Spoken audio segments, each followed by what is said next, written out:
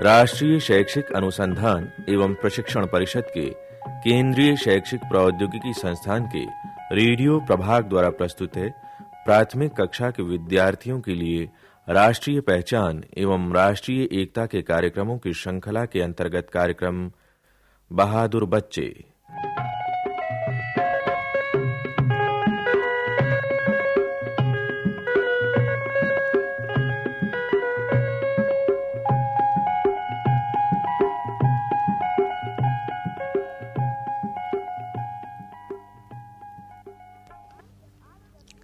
दादाजी, आप जब भी कहानी सुनाते हैं ना, तो उसमें राजा किसी की बहादुरी से खुश होकर उसे सेनापति या मंत्री बना देता है। हाँ, पर जब किसी पर गुस्सा होता है तो उसे देश निकाला भी दे देता है। ओ दादाजी, पहले पूरी बात तो सुनिए। हाँ भाई, कहो। क्या अब किसी की बहादुरी पर राजा उसे इनाम नहीं देता? अरे राजा महाराजा अब होते ही कहाँ हैं जो किसी को इनाम दिया जाए।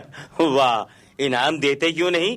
26 जनवरी को एक सजे हुए हाथी पर बैठे बच्चों की सवारी निकलती है कि नहीं। वो बहादुर बच्चे होते हैं, उन्हें सरकार से इनाम मिलता है। अरे दादाजी, हाथी पर बैठने से कोई बहादुर थोड़े ही हो जाता है। अरे वो तो देश भर के बहादुर बच्चे होते हैं। हाँ, सचमुच बहादुरी दिखाने के बाद वो हाथी पर बैठते हैं। दादाजी, क्या वो राक्षसों को मार देते हैं? वे 7 समुद्र पार से सोने का घोड़ा ले आते हैं। ओफो, बस परियों की कहानियां पढ़ी और लगे हवा में उड़ने। भाई, ये बच्चे किसी की जान बचाते हैं। कभी कोई किसी को डूबने से बचाता है, कोई बच्चा जंगली जानवर से किसी को बचाता है, रेल दुर्घटना तक बचाकर लाखों की जान बचाते हैं बच्चे। और सबसे बहादुर बच्चे देश को खतरे से भी बचाते हैं। देश को कैसे बचाते हैं खतरे से दादाजी? भाई, मान लो किसी बच्चे को पता चला कि कहीं हमारा शत्रु आक्रमण करने वाला है, या कोई किसी बांध या रेल या जहाज को नुकसान पहुंचाने वाला है, तो वो उसकी खबर सही जगह देकर उस नुकसान को होने से रोकने की कोशिश करता है और इस तरह देश को खतरे से बचा लेता है। और दादाजी, देश को बचाने में वो खुद मर जाए तो क्या हुआ? क्या अपने देश के लिए जान नहीं दे सकते हम? हमारा देश हमें कितना कुछ देता है, उसे बचाने में हम अपनी जान भी दे सकते हैं। शाबाश बच्चों, ये सारा देश हमारा है। मध्य प्रदेश में हो या आंध्र में, उड़ीसा में हो या राजस्थान में, हम सब एक हैं, एक देश के हैं। हाँ, लेकिन दादाजी, देश भर के बहादुर बच्चों की बहादुरी की बात सरकार को कैसे पता चलती है? हाँ, ये पूछी ना समझदारी की बात बीनू ने। देखो, एक बाल कल्याण परिषद है। दादाजी, ये बाल कल्याण परिषद कहाँ है? दिल्ली में। ये बाल कल्याण परिषद देश भर में बहादुर बच्चों का लेखा जोखा रखती है। फिर हर साल बहादुर बच्चों की सूची बनाई जाती है। फिर उन्हें इनाम मिलता है। हाँ, उन्हें प्रशंसा प्रमाण पत्र मिलते हैं। अखबारों और पत्रिकाओं में उनके बारे में लेख छपते हैं। और फिर गणतंत्र दिवस यानी 26 जनवरी को एक सजे धजे हाथी पर बैठकर ये सब बहादुर बच्चे परेड में भाग लेते हैं। दादाजी, किसी बहादुर बच्चे के बारे में बताइए ना हमें। हाँ, लो सुनो। एक बच्चा था लोबचुक। कहाँ का था लोबचुक? अरे भाई, हमारे देश का था। अरुणाचल प्रदेश में था उसका घर। एक बार लोबचुक के गांव में बहुत सारे लोग आए कहीं से। लोबचुक ने पूछा तो पता चला वो लोग तिब्बत से आए हैं। उनके देश पर शत्रुओं ने हमला कर दिया था, इसलिए वो भारत में आ गए थे, अपना घर बार देश सब छोड़कर। कुछ ही दिनों बाद लोबचुक के गांव के पास भारतीय सेना ने पड़ाव डाला।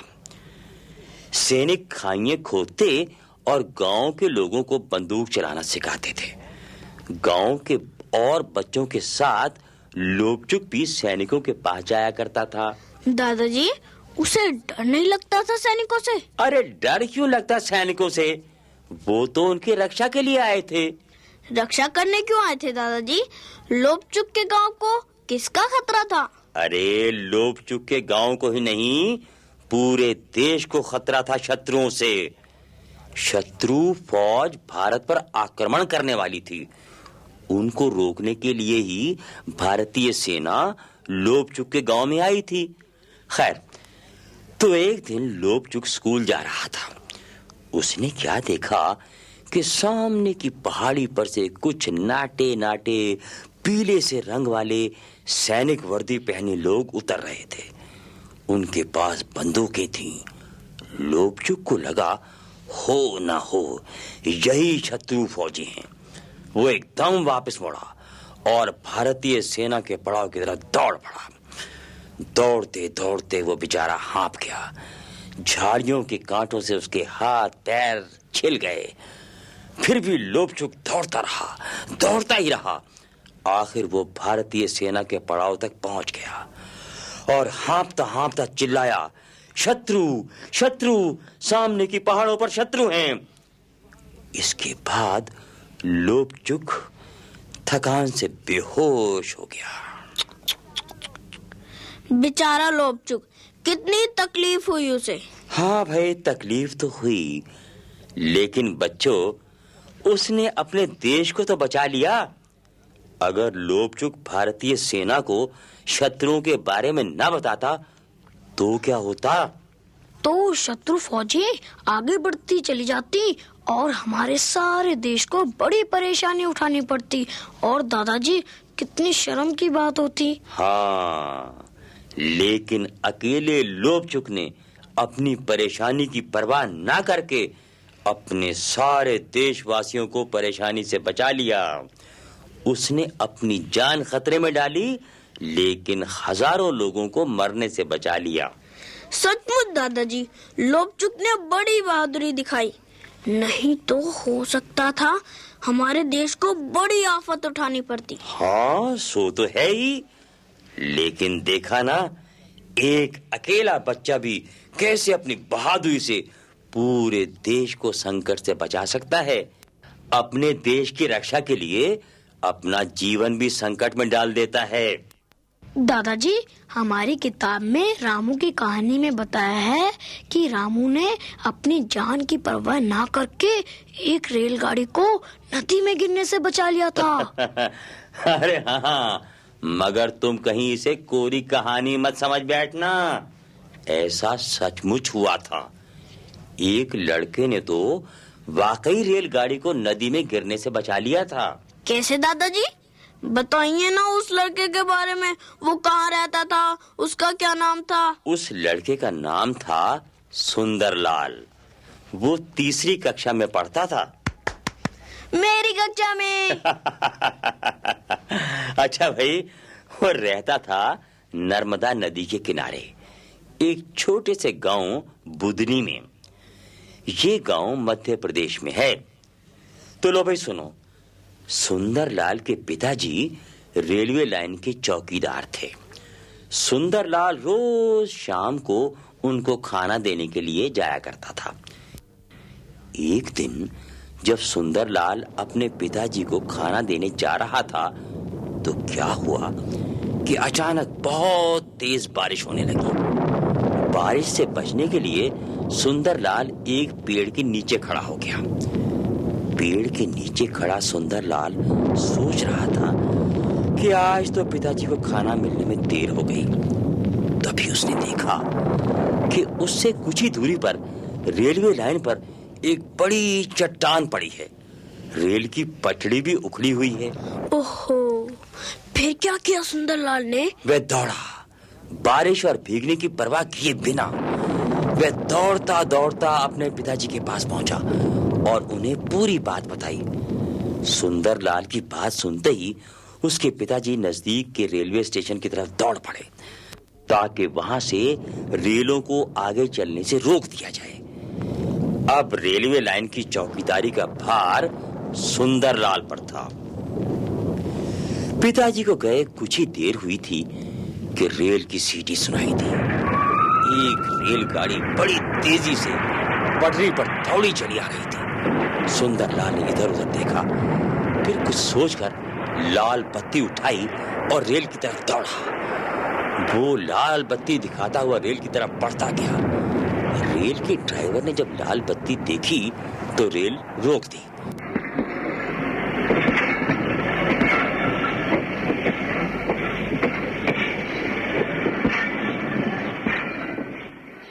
रेल पर सवार लोगों ने जब पटरी टूटी फूटी देखी तब सुंदरलाल की अक्लमंदी और बहादुरी की तारीफ करने लगे। हाँ दादाजी, सुंदरलाल ना होता तो रेल नदी में गिर जाती और कितने लोग मारे जाते। बिल्कुल ठीक। उस साल सुंदरलाल को राष्ट्रपति ने एक बड़े समारोह में वीरता के लिए पुरस्कार दिया। सब अखबारों में सुंदरलाल की वीरता की कहानी छपी। दादाजी, लोबचुक और सुंदरलाल दोनों ने बड़ी बहादुरी दिखाई, अपनी जान खतरे में डाली ताकि दूसरों की जान बच जाए। हाँ मुन्ना। लेकिन दादाजी, कभी ऐसा भी हुआ क्या कि किसी बच्चे की जान चली गई हो दूसरों को बचाते बचाते? हाँ, कई बार हुआ। कई बार बच्चों ने दूसरों को बचाने के लिए अपनी जान भी दे दी बेचारों ने। दादाजी, फिर जब वो मर गए तो उन्हें इनाम कैसे मिला? बच्चों, उन्हें मृत्यु के बाद मिला, जिसे मरणोपरांत पुरस्कार कहते हैं। सितंबर 1983 में पटियाला के कुछ बच्चे नावों पर बैठकर सतलुज नदी पर सैर कर रहे थे। अचानक नाव डूबने लगी। एक दूसरी नाव उस नाव पर सवार बच्चों को बचाने के लिए आई। संजय सेठी नाम का एक बच्चा उस नाव पर था। संजय सेठी ने कई बच्चों को डूबने से बचाया। दूसरे बच्चों को बचाते बचाते वो इतना थक गया कि खुद बेचारा तैरकर किनारे नहीं पहुंच सका। संजय सेठी को मरणोपरांत पुरस्कार मिला। दादाजी, संजय सेठी कहाँ का रहने वाला था? पंजाब का। लेकिन उसका सम्मान सारे देश ने एक होकर किया। आंध्र, गुजरात, कश्मीर, उड़ीसा, सब जगह के अखबारों ने उस बहादुर बच्चे की कहानी घर घर में पहुंचाई। देश भर में तुम जैसे बच्चों ने इस कहानी को सुना और प्रेरणा पाई। हाँ दादाजी, अरुणाचल का लोबचुक और मध्य प्रदेश का सुंदरलाल भी हमें याद रहेंगे। पंजाब का संजय, अरुणाचल का लोबचुक, मध्य प्रदेश का सुंदरलाल, ये सभी भारतीय हैं। सबका एक देश, एक धरती, और उनकी कहानी कहने सुनने वाले भी सब एक हैं, भारतीय। दादाजी, हम कहीं भी रहते हों, पर हैं तो हम सब भाई भाई। हाँ, हम सब एक हैं। हाँ दादाजी, हम सब एक हैं।